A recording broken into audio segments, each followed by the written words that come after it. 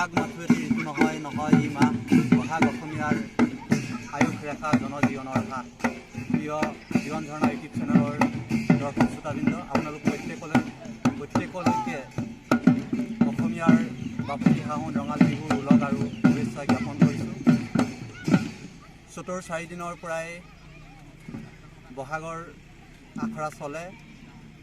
প্ৰিয় দৰ্শক শ্ৰোতাবৃন্দ, এতিয়া অসমৰ প্ৰান্তে প্ৰান্তে বাপতি সাহোন ৰঙালী বিহুটিৰ আখৰাৰ আৰম্ভ হৈ গৈছে। আজি আমি এক আখৰাস্থলীত উপস্থিত হৈছোঁহি, সেয়েহে আপোনালোকক দেখুৱাব বিচাৰিছোঁ বাপতি সাহোন ৰঙালী বিহুৰ আখৰা।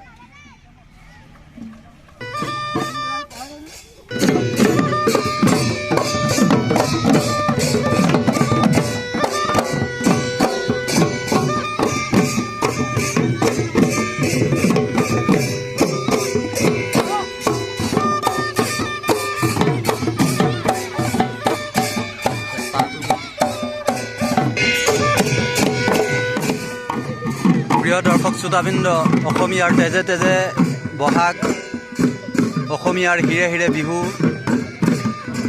অসমীয়াৰ বাবে বাপতি সাহোন বহাগ বিহুৰ আখৰাৰ প্ৰয়োজন নাই যদিও কিন্তু ইয়াৰ স্বকীয়তা বৰ্তা ৰখাই কাৰণতেই কিন্তু কিছু আখৰাৰ প্ৰয়োজন বোধ কৰা হয়।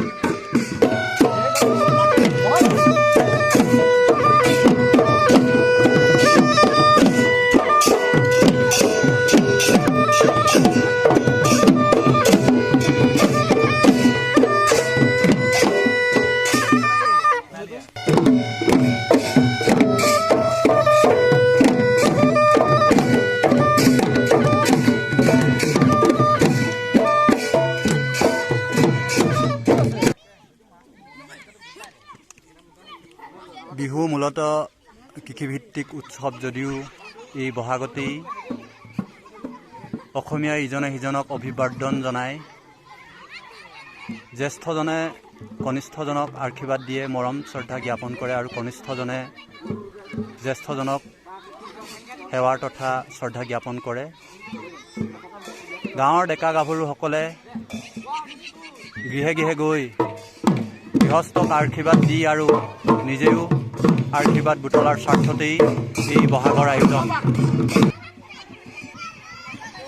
প্ৰিয় দৰ্শক শ্ৰোতাবৃন্দ, এই বহাগে প্ৰত্যেকজন অসমীয়াৰ জীৱনলৈ সুখ সমৃদ্ধি কঢ়িয়াই আনক তাৰে কামনা কৰিছোঁ আৰু আপোনালোকৰ সহযোগিতা অবিহনে আমি আগুৱাই যাব নোৱাৰোঁ। সেয়েহে ইউটিউব চেনেলটি লাইক, কমেণ্ট আৰু ছাবস্ক্ৰাইব কৰি আগবঢ়াই নিব বুলি আশা ৰাখিছোঁ।